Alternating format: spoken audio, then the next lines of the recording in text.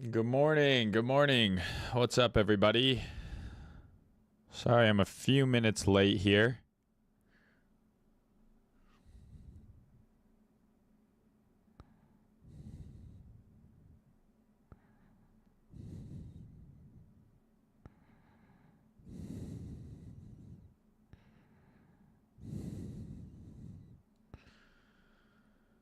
How's everyone doing? What's up, Luis, ZZZ Trader, Ahmad, the big man ting. Sorry about that. First Haven stream as a married man. No one can say I'm gay anymore. Thank you, Juke. Appreciate it. PF, what's up, bro? Good morning. Mark, what's going on? Andy Candy, what's up, dude?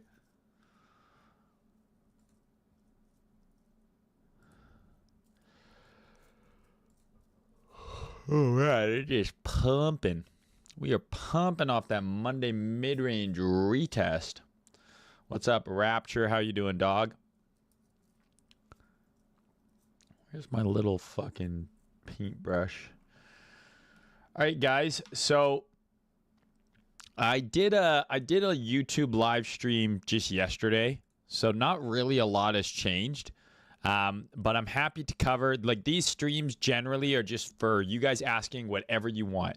So if you have questions about my system, you have a chart you want me to look at, you have any sort of questions at all, this next hour is completely for you guys to just fire away.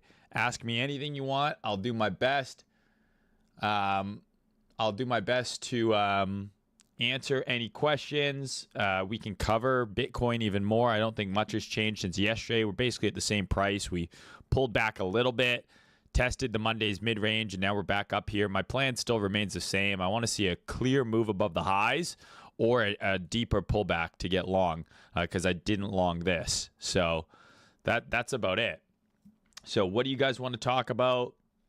Feel free to just put some questions in the chat, and I will go and go through it.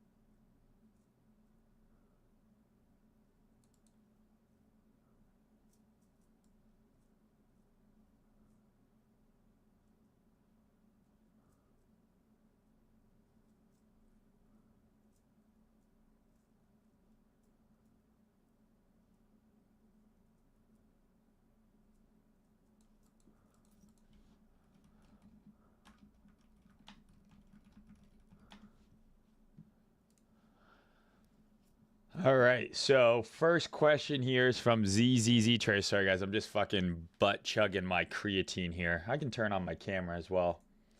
Got to get the creatine. Everyone's telling me creatine's the fucking future of finance. So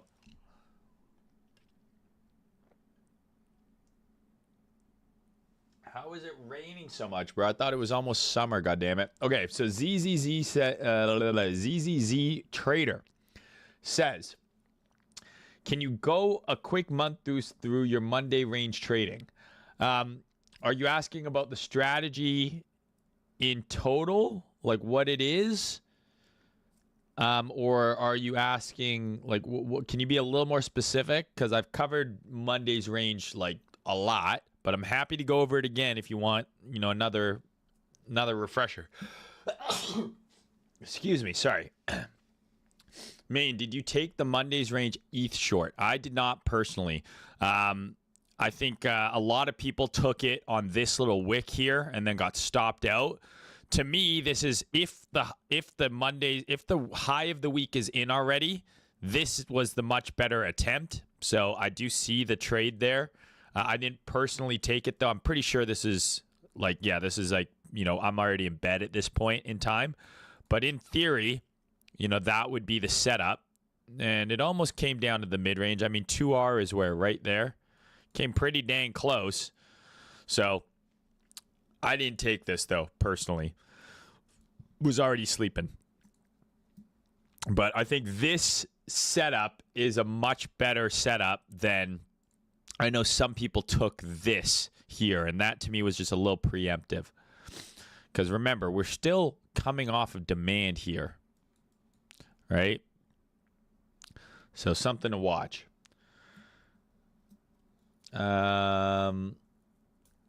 Thank you, Rapture. Thank you for all the congrats, guys. I really appreciate it. It's been, I don't even have my ring on right now. Fuck. Still getting used to wearing that thing all the time. Please chart Pepe Sui Fart. Thank you. Okay, let's do it. So we'll go Pepe.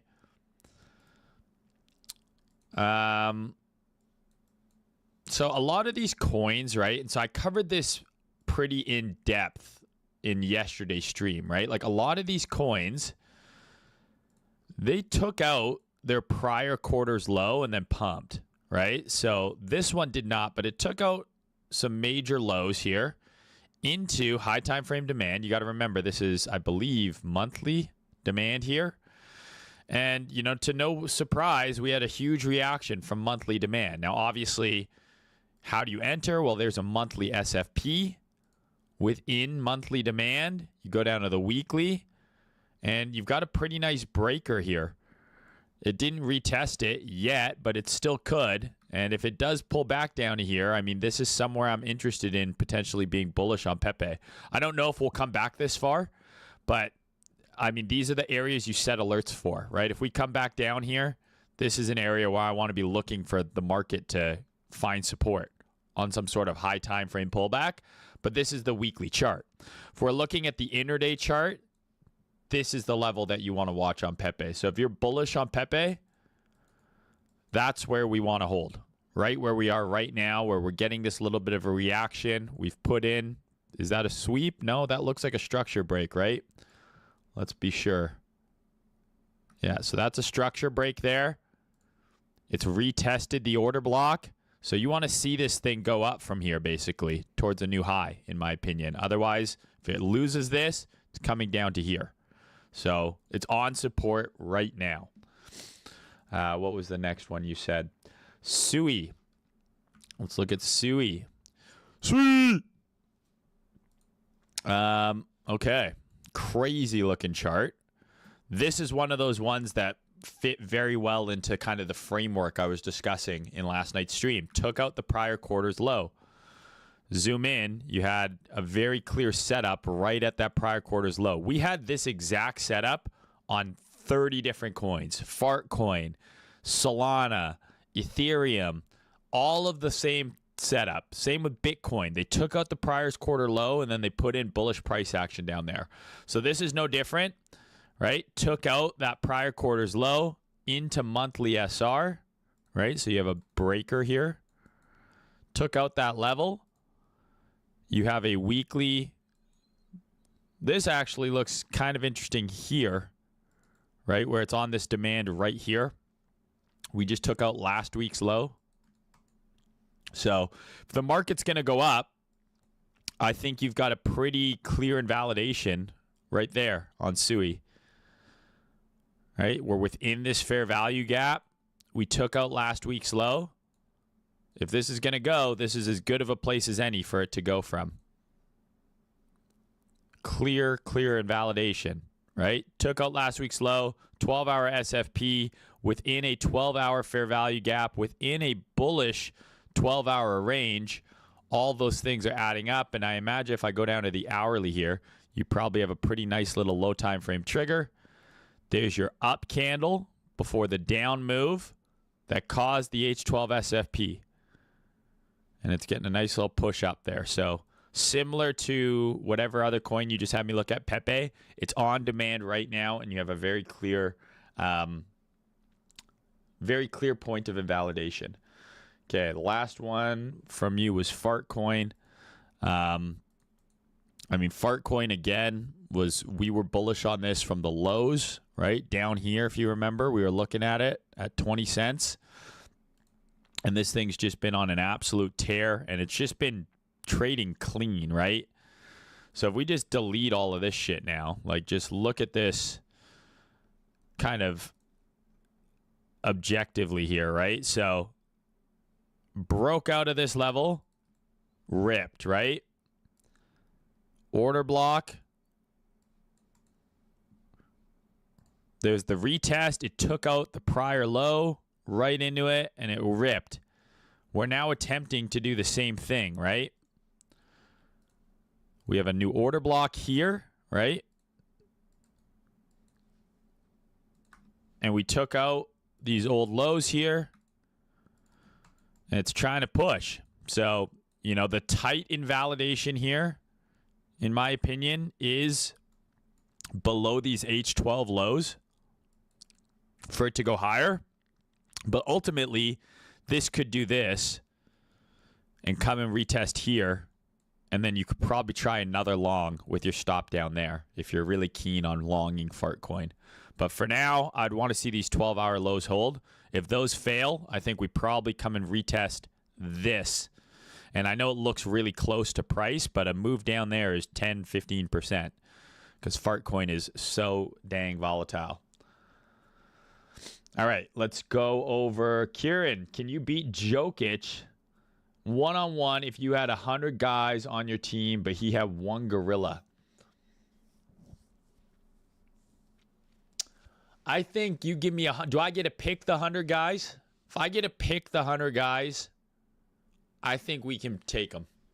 I think we can take them because I'm going to pick 20 absolute fucking units. Like I'm talking half Thor, the Mountain from Game of Thrones, Eddie Hall, Brian Shaw. I'm just going to have them doing their best to fucking, get in the gorilla's face, confuse him, right? Take his attention away from the game, and then me and the other 80 guys are just going to, dish the ball around. Jokic can't jump. Maybe are they regular guys? I don't know. You got to let me know. I need more details. But an interesting question. If you don't understand the Monday's range right now, there's no hope for you. That's not true. There is still hope. That's why you're here. We're here to help. So I'm happy to go over Monday's range as many times as you want. Just got to be a little more specific about what you want to know about it. Should I get out of my short on hype? Everything's fuzzy. Best to get out. So whenever people ask me questions like this, should I get out of this trade? I don't know what the trade is, right? Like, what's your short? Is your trade idea wrong? Or do you just feel like you need to exit because the market's going up a little bit? Right? So it's always a difficult question for me to answer. I don't know why you entered the short. I don't know where your invalidation is. I don't know any of that kind of stuff. So it's very hard for me to give you an answer being like, yes, you should close. No, you shouldn't close because I don't know why you took the trade. In theory, you should not exit the trade until the trade idea is wrong. So that's a question for you. Has your trade idea been invalidated? Do I think shorting hype is good? I think hype is one of the strongest coins on the market right now. So if you're going to short anything, there's probably other coins that offer better shorts. That being said, I don't know what your trade is. Like if you took a trade and your invalidation is here, well, we're not there yet. But if you have some reasons that, there's new information, you say, I'm not confident in the trade anymore, you absolutely can exit. Just be aware, let's say you exit and then it does this. Are you going to be angry or are you going to be okay with the decision you made, right? So there's a non-answer for you. Are you expecting new highs for ETH and Solana this cycle? It's an interesting question because basically we need Ethereum to go up almost 100% to go to new all-time high. So we need ETH BTC, right, to go up quite a bit. It's got to outperform Bitcoin a lot. So let's assume Bitcoin goes to 150K. It's a 40% move. So we need ETH BTC to go up 80% to kind of double the amount that Bitcoin has gone up. So is it possible? Yes. But I could also see a world where this is the high, or we just barely make a new high. A really good example of this would be LTC, and it's very sad. Like LTC, made it right back to the high in the next cycle, but didn't quite make a new high. Maybe that's what ETH does, or maybe something comes out and ETH gets unbelievably bullish. I hope that that's the case. So I would like to say I hope so, but I don't know. I genuinely don't know. ETH's been very disappointing. Solana potentially makes a new high, but both ETH BTC and Sol BTC, I don't think make new highs, right? Like all-time highs. Like Solana can do this, Sol BTC can do this, and this could mean Sol USD is $500, right? But it never made a new all-time high versus Bitcoin. Same goes for ETH, right? Like if you go and look back in time here, ETH made a new all-time high here in USD, but relative to BTC, not even close. So I don't really have an answer. I hope they make new all-time highs, but it's going to require Bitcoin going pretty high for that to happen. So that's good news. Like if it's going to happen, that probably means we get a pretty nice, all-time high level for Bitcoin. Is LTC close to triggering a long for the Monday's range play?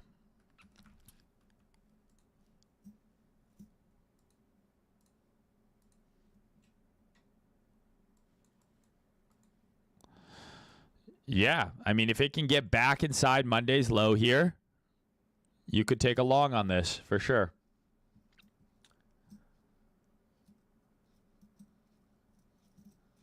Hit me with the best case Ontario for a whiff trade with an entry at 98 cents. Let's see. I like that you said best case Ontario. I love that. So you're entering right now, basically. I mean, I think that your entry's a little late, but effectively you could be saying, hey, I'm playing this H12 order block, and I think we go to a new high. That would be the best case scenario here. Now, ideally, a much nicer trade would be this, because then you can get a tighter entry and a tighter invalidation. But effectively, you could just say, hey, I'm entering a little late here, right? It's already pumped 4% off of the order block, but you're just playing the H12 order block. But alternatively, best case Ontario, right, is you get a sweep first, but that might not happen. It might just go from here. So that would be my answer. What's up, Sophian? XBT, do you use order flow CVD as confidence for your TA or for your trading, or just TA? I only use TA. I don't use any sort of order flow or volume or indicators. The only indicators I use are stuff like this that marks out levels, or the IMG indicator where it will mark out your SFPs and your order blocks, but I don't use any sort of crazy weird stuff. And not that it's weird. There's a lot of ways you can trade. It's just not what I do. I'm purely TA. I don't have some sort of hidden system that I'm not sharing with you guys. Mark Denny says, everyone's asking about Monday's range because they're too dumb to conceptualize the main system. I don't know if that's true, but remember, guys, the way that I teach things, right, is I want to start with a very straightforward mechanical system. And the purpose of that is to get you guys comfortable, right, with understanding price action at a very basic level. Okay, I need you to understand the basics of PA, how to actually enter a trade, marking up levels, having an entry, having a stop, knowing where your target is, right? And I teach it to you in a very mechanical way. And then the purpose of that is you're getting comfortable executing. You're actually taking some trades. Maybe you're making a little bit of money. And then we can grow that to combining multiple concepts at the same time. Monday's range, I did a big rant on this yesterday. Like, if you just say, hey, I'm going to take every Monday's range trade, you're going to have periods of time where it works really well. You'll have periods of time where it doesn't work at all. And you're going to not be able to reconcile why it worked in some instances and didn't work in others.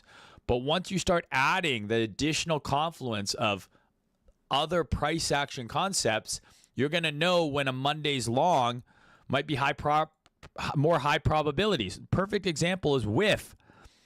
This Monday's range trade, if this were to run Monday's low, it's a way higher probability trade than just a random Monday's long, low long, because we have this H12OB here. We also likely would be sweeping out some H12 lows, so we have an SFP potential. The high time frame trend is also bullish. So when you're combining all this stuff with the Monday's range, that's going to help you increase the expectancy of those setups. So again, it's a mechanical system that you can use and learn to start getting yourself familiar with price action, but it's not the be all end all, right? You have to still consider other factors, what's going on in price, right? To really, really get there. Remember, we only need to be right 40% of the time. So you got to do everything in your power to stack the deck in your favor to make that happen.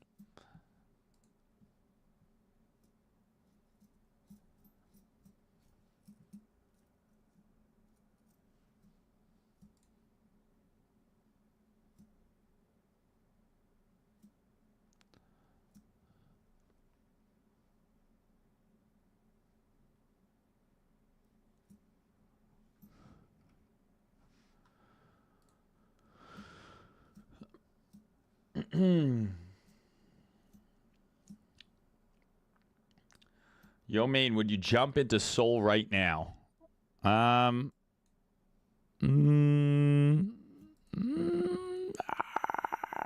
don't know. Would I? Maybe, right? Like, we're kind of diddling in the middle of the range here. You could argue we have an SFP here on the daily. So if you're going to long it, you know, this is kind of the area to do it because you have an inval, but your inval is here. Like, for me at least. Yeah, the inval has got to be below that low. So is the risk reward good from here to the high? It's okay. It's 2R. Pretty wide stop. So me personally, no. Is there a trade there? Definitely there's a trade there if you're willing to have your inval here. You know, I still am looking at this and saying, okay, this is lower highs and lower lows. So maybe there's a chance we still get one more run of the lows. I don't know. But I personally would not take it, but I completely see the setup where it's like, hey, Monday's mid-range is support, stop below Monday's low, target a new high. I mean, that's a viable trade.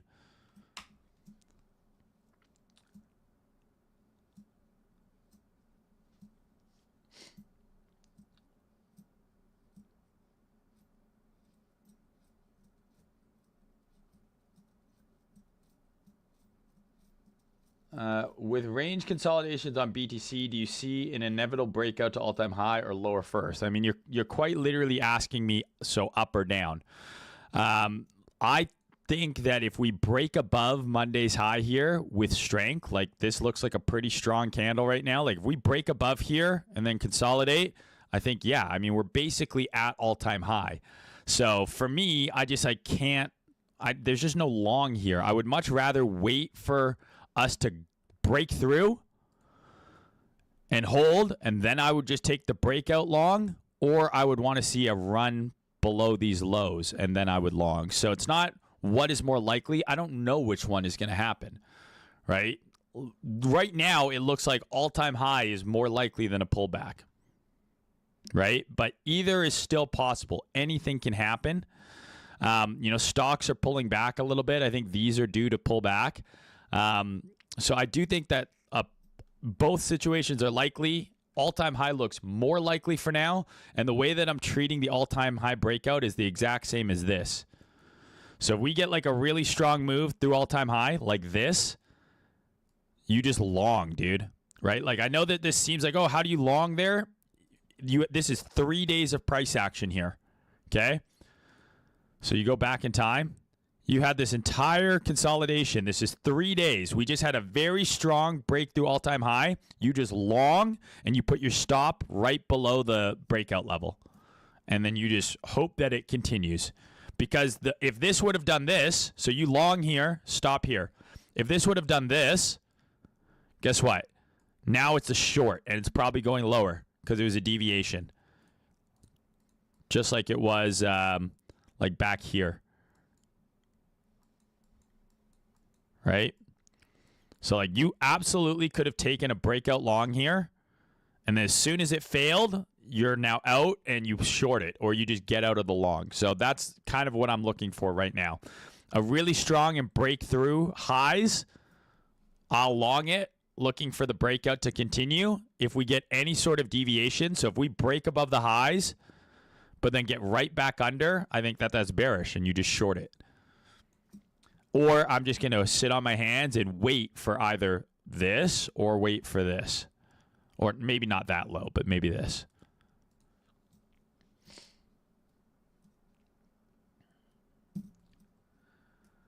When can we expect more educational content from you, please? Really learn a lot.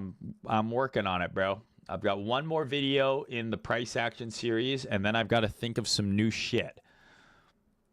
I'm not very good at the pre-recorded course type of videos. I don't really like doing them because I'm not like, that's not how my brain works. So it's going to just give me a little bit of time to sauce up something new, and I'll get after it for you, bro. But I'm glad you're learning. I never wear my ring. It feels weird. So I have like a gold one that I got that we used for the wedding day, but then I bought like just a black rubber one, and I prefer wearing that way more because I go to the gym, I've got a dog, I'm doing shit with my hands all the time, and the gold one just gets like scuffed to shit right away. It's kind of annoying. Yeah, there you go, Sean. Exactly what I just said. Hi, Maine. Can you give us your thoughts on SPX and your UNH trade? Yes. So SPX, to me, looks like it's losing some momentum through the highs here. Like, I think that there's probably a bear div forming.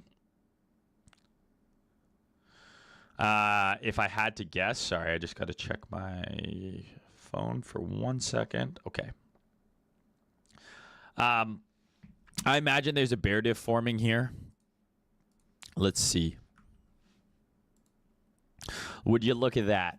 A bear div. Anytime you see highs getting made, higher highs, but each higher high has less amplitude. So the distance from here to here is greater than the distance from here to here. That's a surefire sign that relative strength is going down.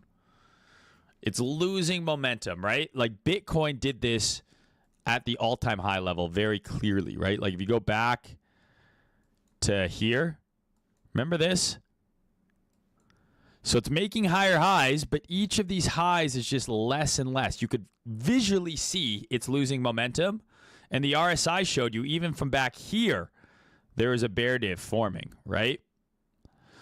So that's what it looks like the S&P is doing right now, is it's putting in a bear div. It's losing some momentum, and it's got some gaps that it likely probably wants to fill. So I wouldn't be surprised. Like we've basically, right, we had Liberation Day, the nuke, and we've now rallied 24%, basically straight up with 2 down candles on, like the 3-day had 1 red candle. The daily had just a couple. The weekly had like 1, really. So I do think that this gap might get filled, and maybe that's what we're putting in here. We ran Monday's high. Maybe we get one more push up. But I have a pretty strong conviction that we're due for some kind of correction here. With my UNH trade, so sometimes you're going to see here's the thing, dude. Okay? People on Twitter, right? They're not like crypto Twitter. Most people are very fucking dumb.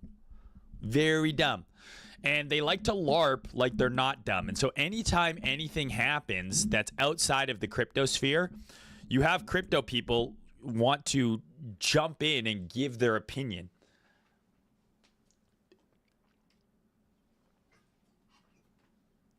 And so what happens is you get people talking about stuff that they have no idea what they're talking about. They are so ill-equipped to comment on something, yet they speak about it with this absurd level of confidence.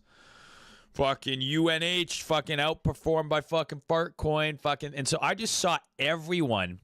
I saw this guy who's like a pretty well-respected stock trader had posted like, hey, it doesn't make any sense that Fartcoin is outperforming, UNH, which does billions of dollars of, revenue, blah, blah, blah. And everyone was dunking on him, crypto people. And I'm like, how often are the collective retards on Twitter right about this kind of stuff? And the answer is not very often. So I opened up the chart and I said, okay, we have crypto Twitter shitting on this thing, right? So that was first decision point. Second decision point is I looked at the monthly chart and I said, well, dang, we're retesting a monthly order block here. Took out the low, pushed up, and we've now sold off, 50, 60%, which is an over-exaggeration. The company is not worth 60% less than what it was fucking back in November. It's just not. Okay? So I said, okay, we're testing high time frame demand. Crypto Twitter's shitting on it. Then I went and checked out a few pages. I looked up UNH and I see, okay, insiders are buying. The CEO bought a bunch of shares. Some reports got released that a bunch of basically big players were loading up on shares. And then I looked at the chart and I said, listen, we're coming into this high time frame demand and we've got 1, 2, maybe even 3 massive down gaps that could get filled. So it just seemed like a pretty straightforward long. I'm just going to buy and assume that crypto Twitter is retarded and that these smart people actually know what they're doing, buying the shares at a 60% discount. And we're already up 22% unlevered. So that was basically the thought process for the long. I didn't do options. I'm not very good with options because you have a time decay component in there that you have to factor in. I just straight up bought spot. I bought shares, and they're up a lot.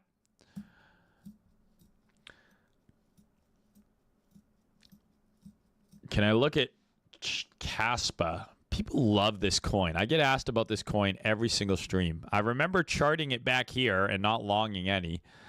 Yeah, again, this is similar to a lot of these trades, right, where it took out the prior quarter's low.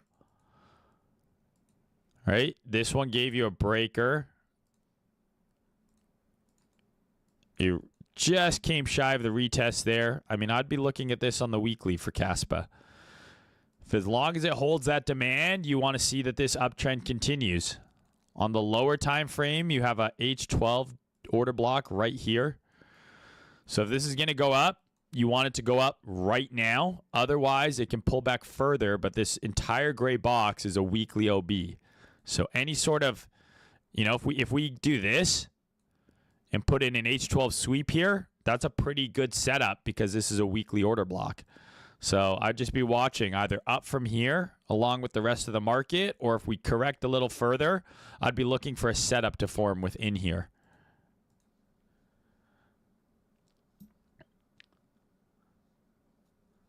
We've talked about hype already, bro. I don't think that anything's changed on hype. As long as it's holding above 2450, I think 31's the next target. If it loses 2450, I think it corrects down back towards 20, and then we see what happens.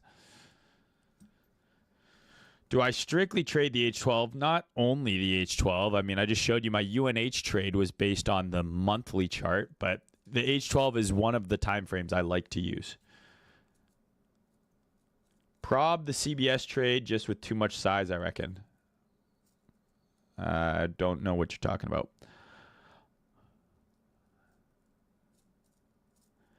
Hype short feels like a banger of a hedge for open longs, really weak, low time frame against a lot of stuff. So I really think a really good thing that you can do here, Andy, is you look at hype, pull it up on the hourly, and then pull up, your other coin.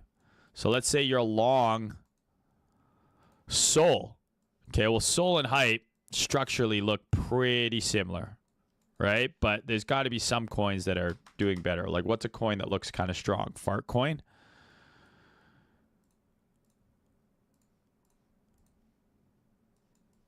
So, I mean, there's an SMT divergence here on some of these coins, I'm sure. Right? So, hype made a higher high here. Fart coin made a lower high. Right? So, there's a divergence there. So if you're talking about relative weakness, this is one of the things that you can check. You can obviously compare the chart like hype BTC, hype Sol, hype ETH, or you can just look at them visually and say, okay, well, if the market's going to roll over, which of these is going to offer a better short, right? Look at something like GOAT, which went up like crazy. GOAT, right? Same thing here. Hype pushed higher here, GOAT lower high. I know you're mentioning low time frame, but you can do the same thing here, right? So on the low time frame, what do we got here? Higher, low, higher, low. Yeah, nothing really of note for me quite yet.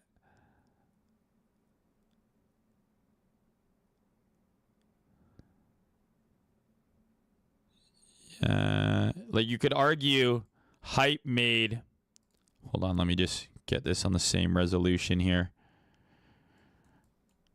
Okay, so you can see here, GOAT made a low and then a higher low, whereas hype made a low and a lower low, right? So on the low time frame, to Andy's point, GOAT is holding up stronger, for example.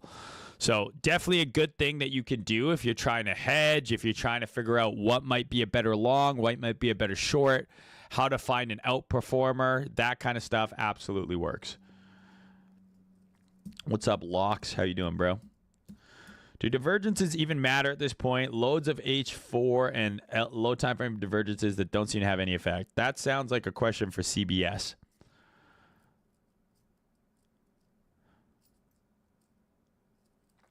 Babuke says, well, the market idea is still valid. Your invalidation is 27.2, but you don't feel confident. So you got to ask yourself, why don't you feel confident? Right? What's making you not confident in the trade? Is it the fact that you might be wrong? Is it the fact that if you're wrong, you're going to lose too much money? These are the kind of things you need to be asking yourself, because if you just don't feel confident because you might be wrong, you need to eliminate that type of thinking from your mind. You're going to be wrong a lot, and it's totally fine. So if you're not confident in a trade because it's not going your way, you have to reconsider, was that a good trade? You need to be 100% confident in every trade that you take. It might not work, but in that moment when you took it, you believed it was, so much so that you're willing to risk money on it. And if you're wrong, you're simply wrong, right? So don't let yourself get caught up in this idea of like, I have to be right, I can't take losses. That's part of the game. Like, learn to be okay with that. But if you're not confident for other reasons, like, oh, well, I actually misanalyzed here and I made a mistake, that's a little different. And then by all means, if you think closing and waiting and looking, elsewhere or waiting for something else, by all means, you can do that. But just don't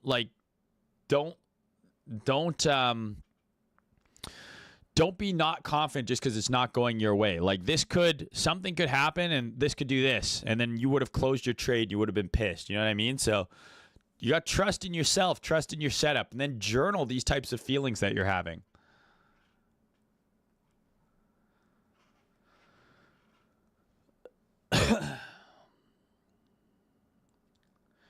It's hard not to just market long any low time frame tiny pullbacks. I mean, it works until it doesn't, right? How long have I been trading for? A very long fucking time. Too goddamn long.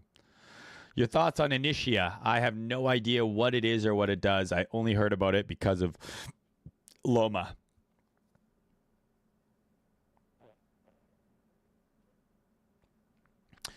Do you trade commodities? Yeah. Can I take a look at platinum? Sure. Platinum. Damn. I mean, look at how old this box is. It still has my old color scheme on it.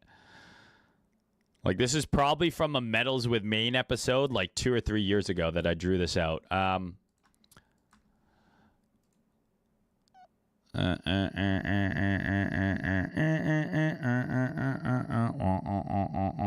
Looks fucking good, dude. I mean,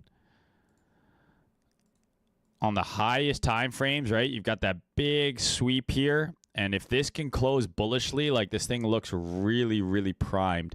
Because then this becomes your monthly order block.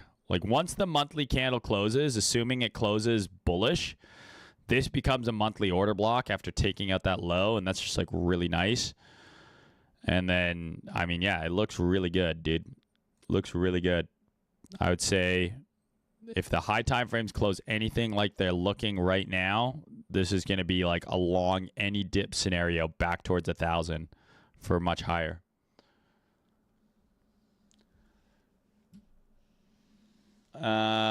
Do you compound on trades when they go in your direction? Sometimes. I don't share some stuff.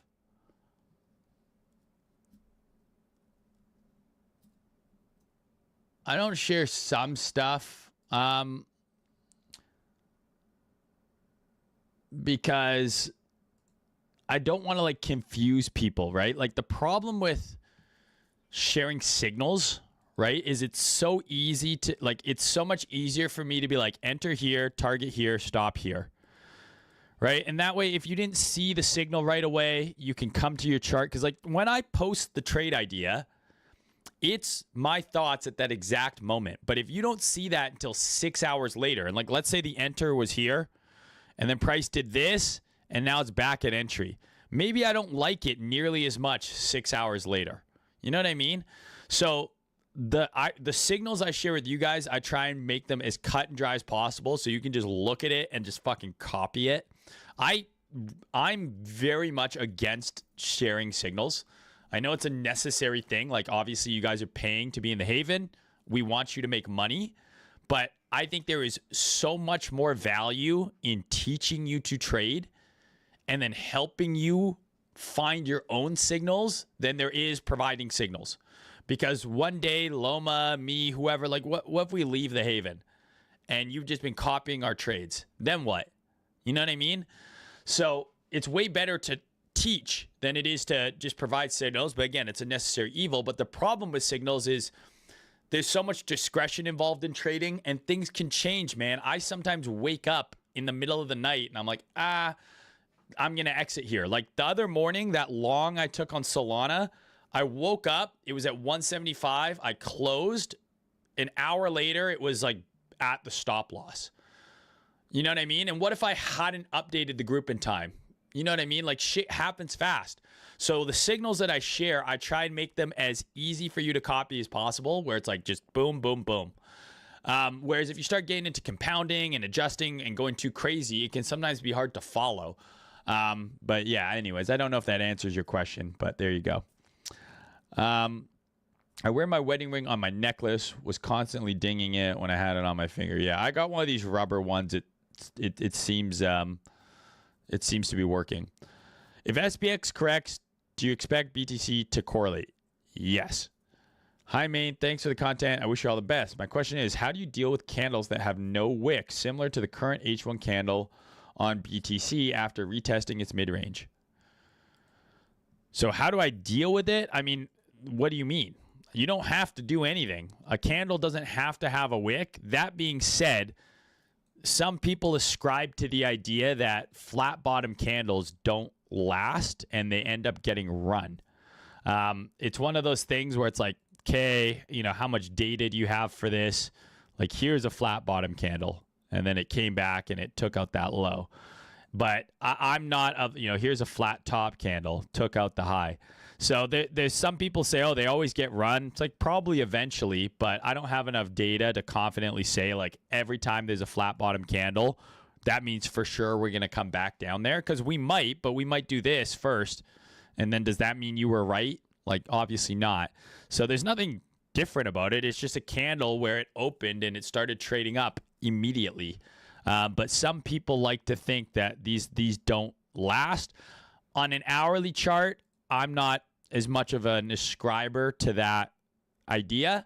On a high time frame, I do think that that's more relevant. So if you get a flat bottom candle on the high time frame, oftentimes I find that price will come back and clean that up. But here's an example where it didn't happen.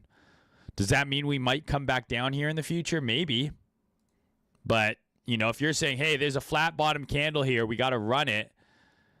Well, does that mean you just sit out and miss all of this, waiting for us to come run that low? Like, of course not. You know what I mean? So I guess the short answer is you don't do anything. It's just a candle.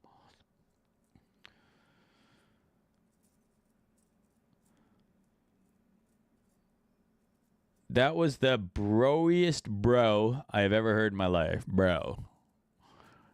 I already looked at Sui just at the start of the video, so just scroll back there. Can you elaborate on SMT divergences? Is it just simply for analyzing correlated asset imbalances in the market? Yes, right? So if you have two assets, asset X and asset Y, and you're bearish, you believe the market is going to go down, and asset X looks like this, and asset Y looks like this. There's a divergence between these two assets. If you think the market's going to go down, which one of these do you think is a better short? Asset Y, because it's proven to be weaker. So this is something that people use between the indices, right? So primarily, they'll look at the S&P, and then they'll look at the NASDAQ. You're bearish? Well, if the NASDAQ made a higher high and the S&P made a lower high, this is probably the better short at your area of interest. So let's give you a real life example here.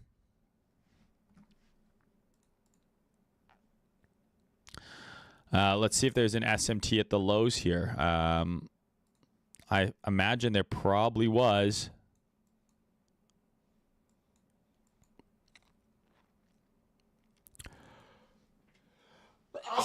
Sorry, guys. Let's see if I can find one quickly here. I don't waste too much time with this.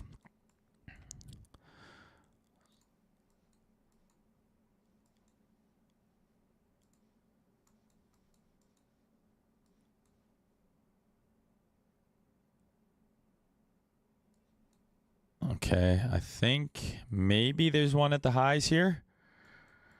Don't quote me on it. Let's see. Okay, so let's see if I'm right. Yes. So ES made a higher high here at the top. At the same time, NQ made a lower high. So which was the better short? Well, from here to, the relative lows, let's say to the 2nd of March. I don't know if this is going to work out how I want it, but I'm doing it anyways.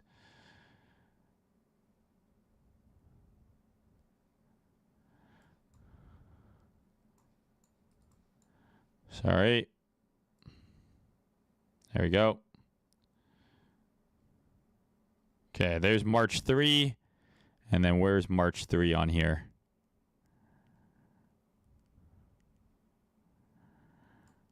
Right? So what one offered the better short?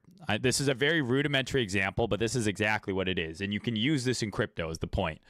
So they were both bearish. Let's assume you thought both were going to go down. ES made a higher high. NQ made a lower high. This ended up being the higher beta short.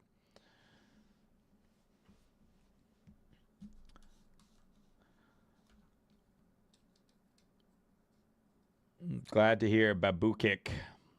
Can you check FXS? Sure.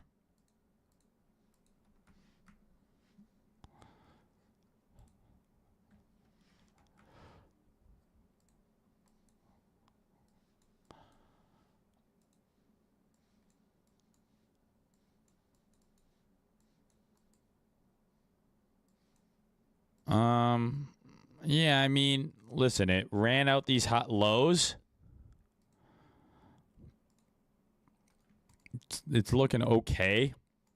I think there's way better looking charts than this. What I like about this is this. This is one of those charts where you have a super clear level, right? Like this level, right, was support here, and now it's very clearly resistance. So until it's back above this gray box, I think there's a good chance that this is, you know, key resistance to watch. I think there's better looking charts than this one. I've never heard of this coin before, so I don't know what it does or why, you know, why it might be bullish or something. It's done decently off the bottom, but it's into major resistance here, as you can see. So I would just be watching just on this high time. I know this is like seems like a big level, but it is. Like, look at the reaction here, right? It's the low, lost it, resistance, resistance, resistance. So this is going to be a key level. If it gets back above here, I think it looks very interesting.